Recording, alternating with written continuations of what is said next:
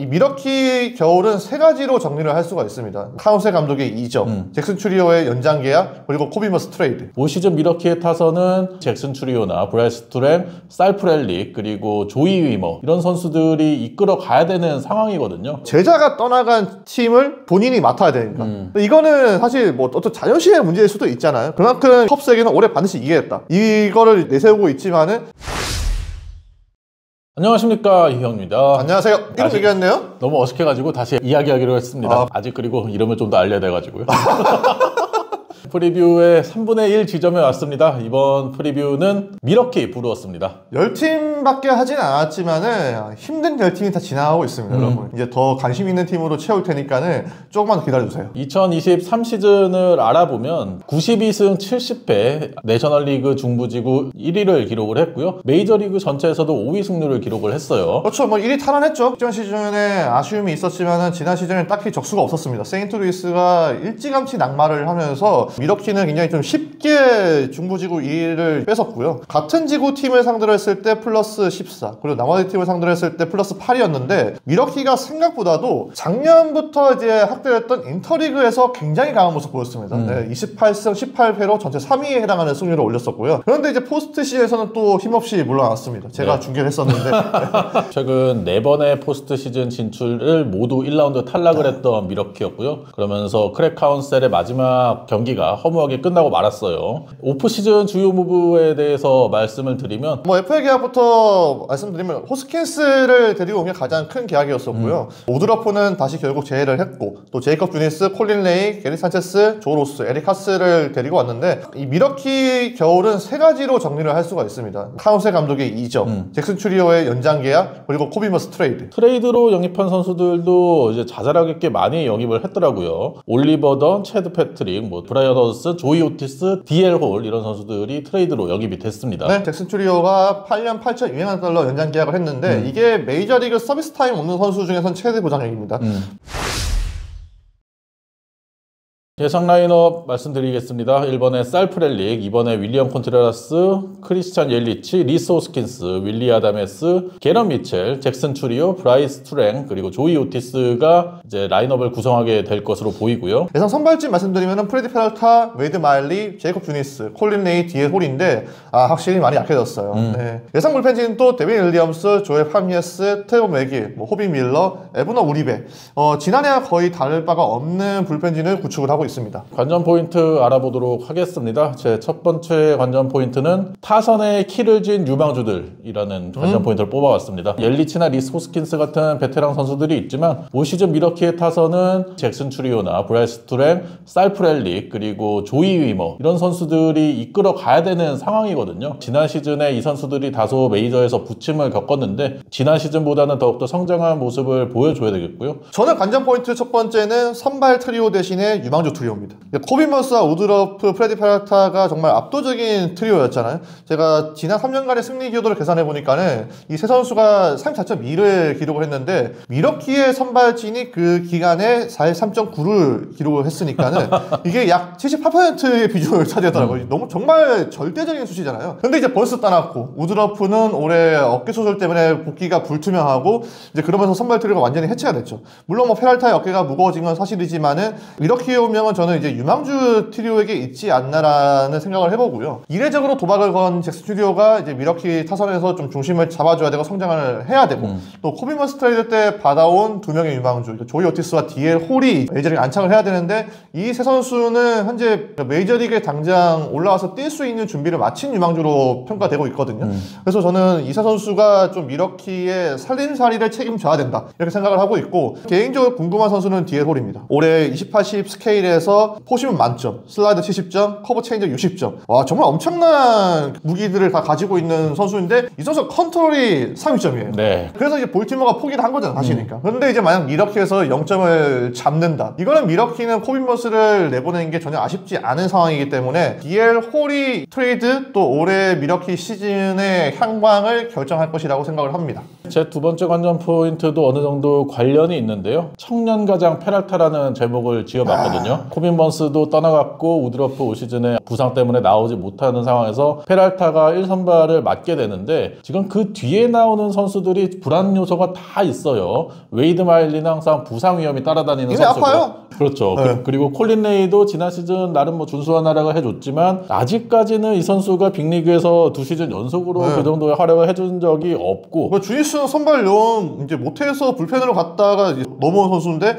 미력해서 선발로 뛰어야 되고 3선발로 지금 현재 책정이 되어 있으니까. 그렇죠. 그리고 주니스도 역시나 부상 요소가 좀 있는 선수고 디엘 홀 같은 경우는 지난 시즌 메이저에서 불펜으로 활약을 했는데 불펜 투수로는 구인이나 볼넷이 2.3개였거든요. 근데 마이너 통산 볼넷이 5.2개. 이게 선발로 81경기 나와서 기록한 성적이거든요. 확실히 선발로 나왔을 때 제구에 부담감이 있는 선수이기 때문에 이 선수도 선발진에 확실히 자리 잡을 수 있을지도 의문이고 브라이스 윌슨, 조 로스, 에런 애시비, 불펜에 있는 에브너 우리베 같은 경우도 모두 선발로 뛸 수 있는 선수들이긴 하지만 이 선수들이 선발 로테이션에 들어오는 것 자체가 미러키에게서 좋은 상황은 아닐 수 있거든요. 그렇기 때문에 페랄타를 도와줄 확실한 선발 투수가 나와야지만이 미러키가 지난 시즌 같이 컨텐더로 계속해서 유지를 할 수 있을 것 같습니다. 페랄타는 위기이자 기회입니다. 그동안 사실 보호 많이 받았잖아요. 그렇죠. 번스 우드러프가 이제 앞에서 지탱을 해주면서 페랄타가 3선발로 좀 편하게 항상 등판을 할 수가 있었는데 지금은 이제 나머지 뒤에 선수들 본인이 이제 이끌고 가야 되는 입장에 있다 보니까는 투수로서의 가치를 더 높일 수 있는 기회는 맞지만은 이거는 좀 본인의 미천이 드러날 수도 있는 그런 시즌이 될 수도 있고요. 자, 두 번째 관전 포인트. 홈런 갈증 호스킨스로 씻을까입니다. 미러키가 지난 시즌에 165개 홈런을 쳤는데 전체 24위였어요. 20홈런 타자가 아담메스가 유일했고 장타율 5할 때 타자는 한 명도 없었습니다. 호스킨스는 그런데 6시즌 통산 148홈런, 풀타임 뛰면은 35홈런은 충분히 칠 수 있는 선수로 이제 보여지고 이 선수가 타율은 낮지만은 볼넷을 또 많이 골라내는 유형이라서 OPS형 타자거든요. 근데 미러키가 지난해 OPS가 0.704로 전체 23위, 내셔널리그 14위였습니다. 그래서 이 약점을 보완해줄 수 있는 적임자로 저는 호스킨스가 맞다고 생각이 되는데 호스킨스도 이제 굉장히 큰 부상에서 돌아오다 보니까는 의욕을 굉장히 불태우고 있더라고요. 잘만 풀리면 윈인이 될 수 있는 기회라고 생각을 해서 저는 호스킨스를 한번 넣어봤습니다. 제 마지막 관전 포인트는 명장의 빈자리입니다. 크랙 카운셀 감독이 미러키에서 707승 거두면서 미러키 역대 최다승 감독이고 최근 6시즌 중에 5시즌을 포스트 시즌으로 이끌었잖아요. 물론 야구는 선수가 하는 거긴 하지만 미러키는 카운셀 감독의 비중이 상당히 높았던 팀이었고 특히나 불펜 운용을 정말 잘하는 감독이었던 게 브라이스 윌슨, 호비 밀러 이런 선수들을 데리고 지난 시즌 내셔널리그 평균 자책점 불펜 1위 찍지 않았습니까? 그렇죠. 그만큼 불펜 운영을 잘하는 감독이었는데 떠나가면서 이제 펜 머피 수석 코치가 바로 감독으로 승격이 됐거든요. 크랙 카운셀 감독이 감독 데뷔하면서부터 계속해서 같이 있었고 카운셀 감독이 로트르담 대학 선수 시절에 감독으로 부임을 했었었는데 펜 머피 감독은 본인은 크랙 카운셀 감독과 스타일이 다르다라는 얘기를 했거든요. 과연 어떤 다른 스타일로 팀을 운영할지도 상당히 궁금하고 맷 아놀드 단장 같은 경우에는 머피 감독이 상당히 선수들을 융화를 잘 시키는 감독이다라는 얘기를 했거든요. 기존의 선수들이 그대로 이어가고 있고 감독도 이제 내부에서 승격이 됐기 때문에 이렇게 팀 분위기는 크게 변하지 않았을 거라고 생각을 해서 카운셀 감독이 빠져도 이 분위기를 그대로 이어갈 수 있을지가 궁금해서 마지막 관전 포인트로 뽑아봤습니다. 저는 세 번째 관전 포인트 아담메스와 데빈 윌리엄스 넘어가나입니다. 당장 트레이드가 일어날 것으로 보이진 않아요. 미러키도 어쨌든 이 컨텐더에 한 번 더 도전을 할 수 있는 전력이기도 하고 근데 저는 코빈 번스가 트레이드가 됐기 때문에 이게 어떻게 흘러갈지 좀 예측 불가하다고 보여지거든요. 특히 아담메스는 이번 시즌 후에 이제 FA가 바로 되기 때문에 미러키로서는 빨리 결정을 해야 되는 상황이고 조이 오티스가 왔잖아요. 맞아요. 이 선수가 유격수가 커버가 되는 선수이기 때문에 아담메스가 트레이드가 되지 않을까 싶고 아놀드 단장도 더 대화의 문이 열렸다 이렇게 말을 하면서 인정을 했습니다. 문제는 어디로 갈지 여부예요. 역시 매력을 느낄 만한 팀은 다저스겠죠. 다저스는 그렇죠. 미러키가 구미가 당길 만한 미만적 패키지를 줄 수 있는 팀인 거고 지금 또 럭스 때문에 럭스가 유격수를 못 봐가지고 무키 배치가 유격수로 가야 되는 그런 현실이 이 트레이드의 필요성을 좀 더 대변하고 있는데 또 다저스는 아마 아담메스만 데려오고 싶어 하진 않을 겁니다. 올해 목표가 월드시리즈 우승이기 때문에 그 우승에 가깝게 해줄 수 있는 선수가 데빈 윌리엄스일 거고 그렇다면 다저스는 이 두 선수를 동시에 영입할 수 있는 자원들을 가지고 있어서 저는 이 두 선수가 정말 실제로 트레이드가 일어날지를 관전 포인트로 삼아봤고요.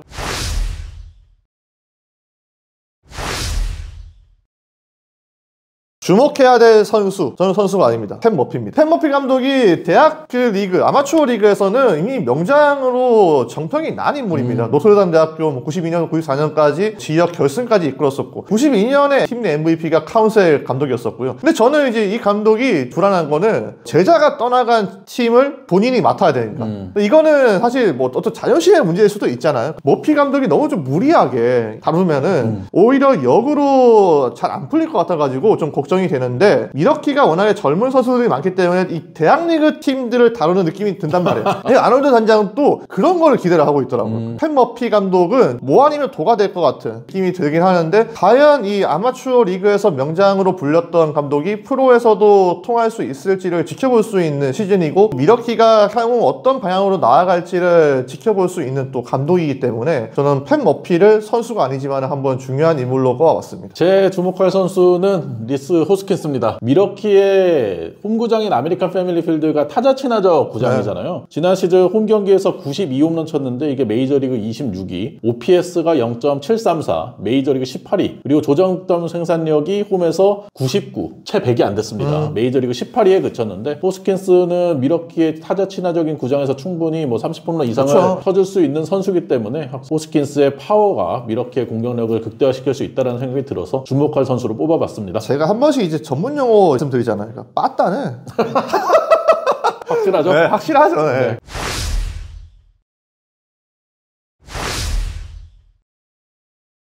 최고 최악 시나리오 한번 말해보겠습니다. 저는 최고 시나리오, 잭슨 추리오는 진짜 재능이었다. 추리오가 올해 곧바로 잘해줘야 되는데 부진하면은 미러키는 아예 현재와 미래가 다 꼬이는 거예요. 그러니까 추리오의 기대치로는 아쿠냐 주니어라든지 이제 훌리오 로드리게스가 여겨지고 있는데 보통 선수가 아니잖아요. 그러니까 그렇죠. MVP급 선수인데 너무 어린 선수에게 중압감을 지어주는 게 아닌가 싶긴 한데, 추리오가 조금 부담은 되지만 한번 이겨보겠다 이런 말 하더라고요. 그러니까. 근데 스카우트가 평가하는 추리오의 이 컴페리즌은 애덤 존스라고 하더라고요.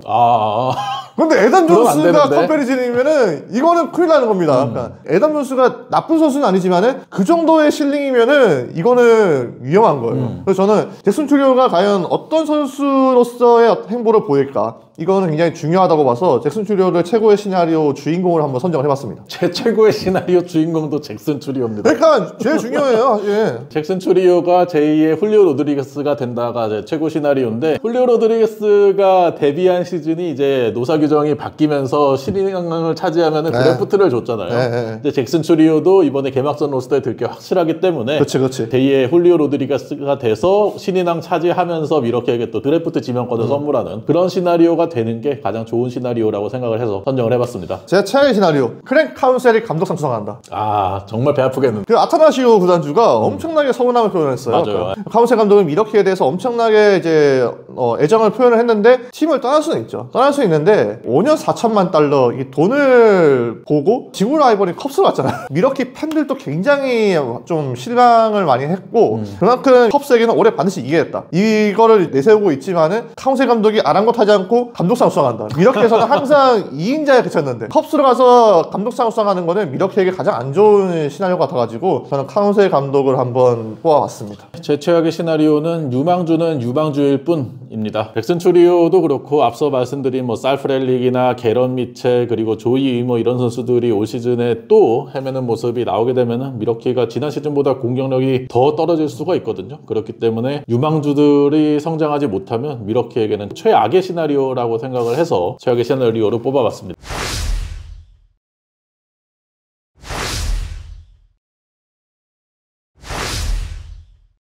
저희가 미러키 프리뷰를 해봤는데요. 여러분이 생각하는 올 시즌 미러키에 대해서도 많이 댓글로 달아주시기 바랍니다. 이제 프리뷰가 10팀 3분의 1 지점을 넘어갔는데요. 앞으로 좀 더 스피디하게 프리뷰를 진행해 보도록 할 테니까요. 다저스, 양키스, 샌프란시스코, 샌디에고 아직 남아있습니다. 한 팀도 하지 않았어요 저희가. 구독과 좋아요 부탁드리고요. 다음 영상으로 찾아뵐게요. 안녕.